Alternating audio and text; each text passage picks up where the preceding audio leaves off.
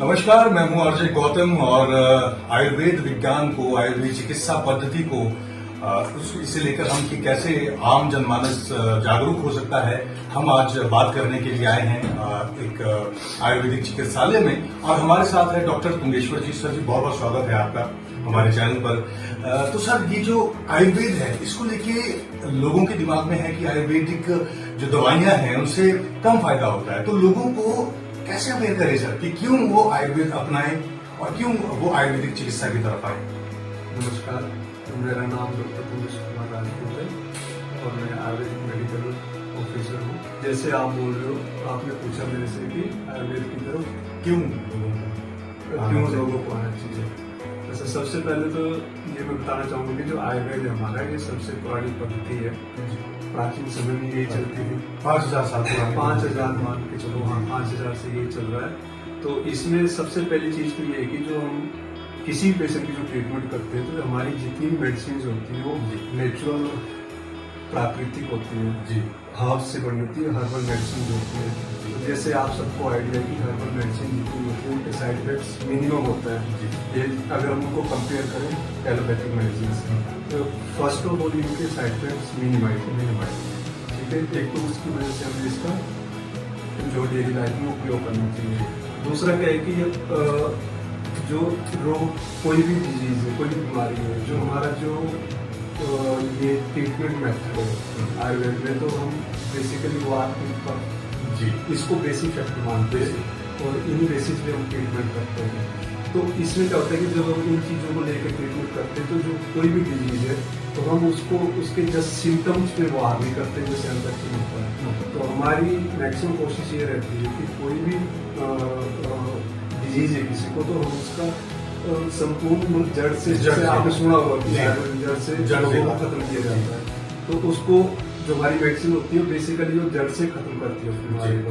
तो third reason है कि जब हम कोई भी मेडिसिन देते हैं, मैक्सिमम मेडिसिन हमारी होती है जिसको आपने इम्यूनिटी तो सुना होगा, तो इम्यूनिटी को बूस्ट करती है। तो जब हमारा जो रोगों की लड़ने की क्षमता हमारी बॉडी में बढ़ेगी तो ऑटोमेटिकली क्या होगा कि जब हमारी बॉडी इम्यूनिटी हमारी बूस्ट होगी, तो जो जितनी भी छोटी मोटी डे टू डे में जैसे जुकाम हो गया, कोल्ड हो गया, तो ये चीजें मिनिमाइज हो जाती है।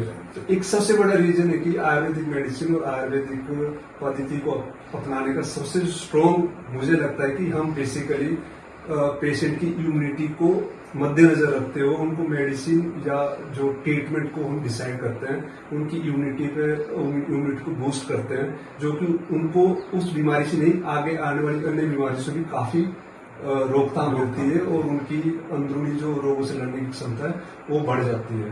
और एक चीज मैंने आपको बताई कि जैसे जो रोगों को जड़ से खत्म करता है, तो मैंने तीसरी चीज आपको तीसरा है कि कोई पेशेंट, कोई भी किसी को किसी तरह कोई बीमारी लगती है, तो बेसिकली क्या होता है कि आजकल जैसा लाइफस्टाइल, तो उसमें मेंटल ट्रॉमा, मेंटल स्ट्रेस बहुत ज्यादा।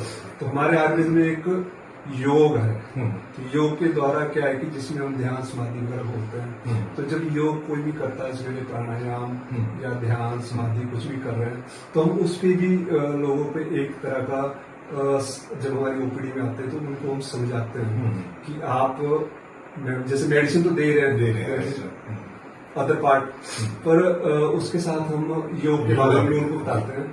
क्योंकि बेसिकली आज जो बीमारी का सबसे बड़ा कारण तो आपको आइडिया है कि मानसिक तनाव, और इसके पेशेंट बहुत ज्यादा बढ़ रहे हैं। तो आयुर्वेद की तरफ उनको, या आयुर्वेदिक चिकित्सालय जहाँ पे भी, वहाँ पे उनको इसलिए भी जाना चाहिए कि अदर देन ट्रीटमेंट पार्ट हम उनकी काउंसलिंग भी करते हैं। और काउंसलिंग के लिए हम उनको बताते हैं कि आपने योगा के थ्रू कैसे बॉडी को फिट रखना है, ठीक है, डे टू डे आपने कैसे चलना है, आपकी दिनचर्या कैसी होनी चाहिए, आपकी दिनचर्या कैसी होनी चाहिए, आपका डाइटरी प्लान कैसा होना चाहिए, आपको सीजनल कौन से खाने खाना है, कौन से फ्रूट्स अवॉइड करने हैं, और सीजनल आपकी हर सीजन में, जो हमारे आयुर्वेद में हर सीजन में ऋतुचर्या बताई गई है। ग्रीष्म ऋतु की अलग है, वर्षा ऋतु की अलग है, शरद ऋतु। तो जब ये सारी चीजें हम बताते हैं, तो एक कॉम्प्रिहेंसिव जो हम कोशिश करते हैं कि जो पेशेंट हमारे पास आया है उनके कॉम्प्रिहेंसिव काउंसलिंग हो जाए, कि ना कि जिस बीमारी के लिए आया वही ट्रीट हो, बट ओवरऑल उनकी जो काउंसलिंग होती है तो उससे उनको in future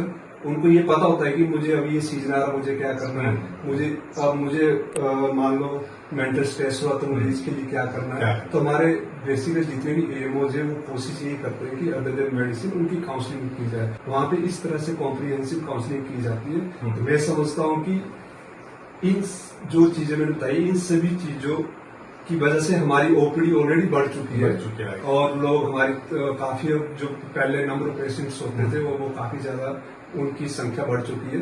but in future हम चाहेंगे कि और ज्यादा बढ़े। तो जो आपका मेरे को लग रहा है जो क्वेश्चन तो आई थिंक बिल्कुल डॉक्टर साहब। तो डॉक्टर साहब एक बात है जो आपने कहा कि लोग डिप्रेशन में है, हाइपरटेंशन है, इन चीजों को लेकर योगा भी आप इंट्रोड्यूस करवा रहे हैं। लेकिन एक छोटी सी और प्रॉब्लम है, एक छोटा सा सवाल यहाँ पे मेरे दिमाग में आया, बच्चों में भी कहीं ना कहीं एडीएचडी और ऑटिज्म हो रहा है, तो उसको हम डॉक्टर साहब कवर करेंगे अपने नेक्स्ट पार्ट में। तो हम यही अभी कहना चाहेंगे हमारे जितने भी श्रोता, हमारे जितने भी अभी हमें लाइव देख रहे हैं, हम इस वीडियो को देख रहे हैं, कि नेक्स्ट पार्ट में डॉक्टर साहब से हम टोटली बच्चों को लेकर हम बात करेंगे, जो कि एडीएचडी और ऑटिज्म के ऊपर एक हमारा विषय रहेगा। तो जल्दी ही हम डॉक्टर तुंगेश्वर से फिर मिलेंगे। आप यूं ही बने रहिए हमारे चैनल के साथ और अवेयर रहिए, सुनते रहिए रेडियो 88.4 FM। गौतम साथ रहेगा। थैंक यू डॉक्टर साहब, थैंक यू सो मच। नमस्कार।